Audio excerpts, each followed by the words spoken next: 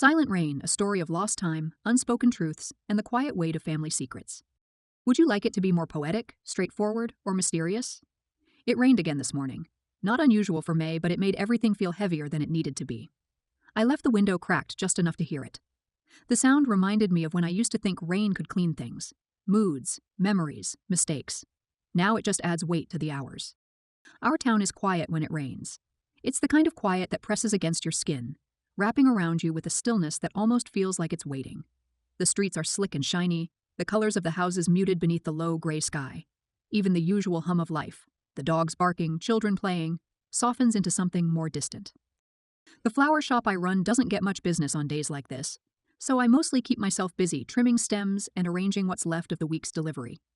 The peonies came in bruised, their soft pink petals mottled with dark spots where they had been roughly packed. The lilies opened too early, already curling their edges before their time. Still, I find comfort in the small things: clean cuts, fresh water, and the quiet smell of soil mixed with faint traces of rain. It's a simple kind of order I can control when the rest of the world feels unsteady. This shop wasn't part of any plan. After university, I stayed behind while my sister moved to Seoul. I told people I wanted to be close to our mother, but the truth was simpler. I didn't want to leave. Or maybe I didn't have the reason to go anymore. The idea of starting over somewhere new, without the familiar faces and the soft rhythms of this town, felt like stepping off a cliff with no wings. I met him when I was 20. Back then, I thought time moved forward in a straight line, each day a step closer to something clearer, something better. He came into the bookshop where I worked, slipping quietly between the shelves. I remember the way he stood by the travel section, reading the backs of maps as if tracing invisible routes only he could see. We ended up seeing each other a lot after that. Coffee after work. Walks near the old riverbank where the water twisted slow and dark beneath the trees. There was a quietness to him that I liked. Being with him felt like stepping into a room with the window open to fresh air, something unspoken but safe. We didn't talk much about the future. Maybe that's why it hurt less when he left. Or maybe I told myself it didn't hurt. I just kept going, helping around the house, putting in hours at the shop, and answering questions with short, practiced sentences.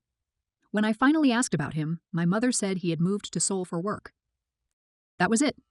My sister left around the same time. She and I never had the kind of closeness some sisters share. She was always 2 steps ahead, neater, smarter, and better at knowing what people wanted from her. We didn't argue. We just kept a certain distance, like people sharing a house, not a history. I only found out years later that the two of them left together. There wasn't a moment of discovery, no big confrontation, just a series of small things that didn't sit right. A photograph in our mother's drawer, tucked behind bills and old letters. A name mentioned in passing, carefully avoided, or quickly changed. The look in my sister's eyes when I brought him up, even years later, was a flicker of something hidden beneath her usual calm. It was like a thread you don't realize you're pulling until the whole seam comes apart. I didn't ask questions. I told myself it wasn't worth the wait. People leave, they choose, and eventually you stop wondering why. Our mother's health started declining a few months ago. At first, she just seemed tired, sleeping longer, forgetting appointments, and losing herself in moments that passed by too quickly. Then the forgetfulness came more steadily. The doctor called it a minor stroke. We brought her home after a few days in the hospital, and I started sleeping on the floor in her room, just in case. One night she woke up and tried to speak. Her words were jumbled and slow, but one name came through clearly. It wasn't mine. She passed the next morning. The funeral was quiet, just family and a few neighbors from down the street. My sister arrived late, dressed in black, her makeup done carefully around her eyes to hide the tiredness. She cried the right amount and said the right things. I stood beside her, feeling like a guest in a story I had never fully known. He came too. I didn't expect that. He looked older, worn in the way people get when too much time passes without rest.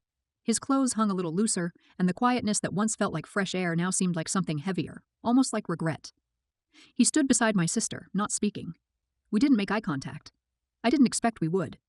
After the burial, I stayed behind to clean up the room.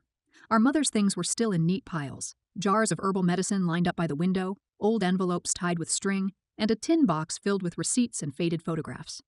In the back of her drawer, I found a notebook. The pages were filled with her handwriting, lists, dates, and short lines about her day. Toward the end, she had written something different. It took a few minutes for me to understand what I was reading.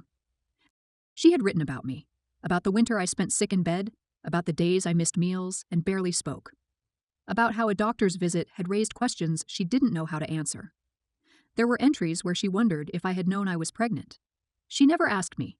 She didn't want to bring it up if I hadn't noticed. I sat with that notebook for a long time.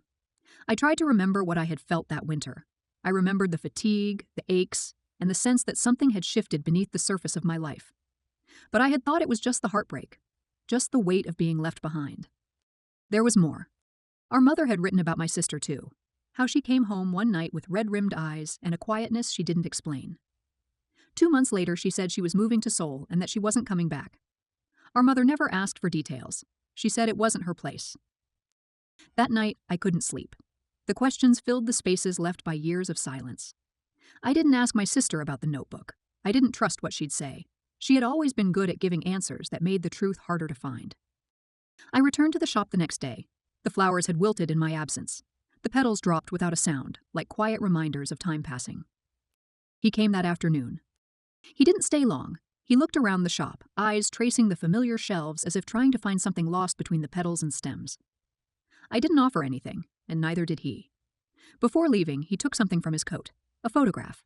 He placed it gently on the counter and walked out without looking back. It was a boy, maybe 11 or 12. His hair was dark and messy in the way that children's hair often is, no matter how much it's combed. His eyes looked familiar, too familiar to ignore. I stared at the photo for hours after closing. The edges curled slightly from age, the colors faded, but still clear enough to catch the light. I didn't call anyone. I didn't move it from where it lay on the counter. I just sat with it, letting the silence fill the space it left. There's a lot I don't know. Whether the boy knows, whether he wonders about the spaces in his story, the missing pieces in his life, whether he feels them at all. I don't know what he's been told. I don't know what I'd even say if I had the chance. My sister hasn't reached out since the funeral. I haven't either. We've never been good at sharing space, or stories, or the kind of truths that break the neat lines we've drawn around our lives. There's a distance between us now, one made of absence and silence. Sometimes I think about what could have been different. If I'd asked more questions, or if I'd been brave enough to leave town when everything felt like it was closing in. If I'd said no when something didn't feel right, or if I'd held on tighter when he left. But regrets don't change the facts. They just echo, bouncing off the walls of memory. I keep the photo in a drawer now, wrapped in a piece of soft cloth. I haven't made any decisions. I still come to the shop every morning, watering the plants with careful hands. I take short walks when the rain lets up and the air smells like wet earth and hope. I try to sleep at the right times, though sometimes the nights stretch too long with quiet questions. It's not peace exactly, but it's manageable.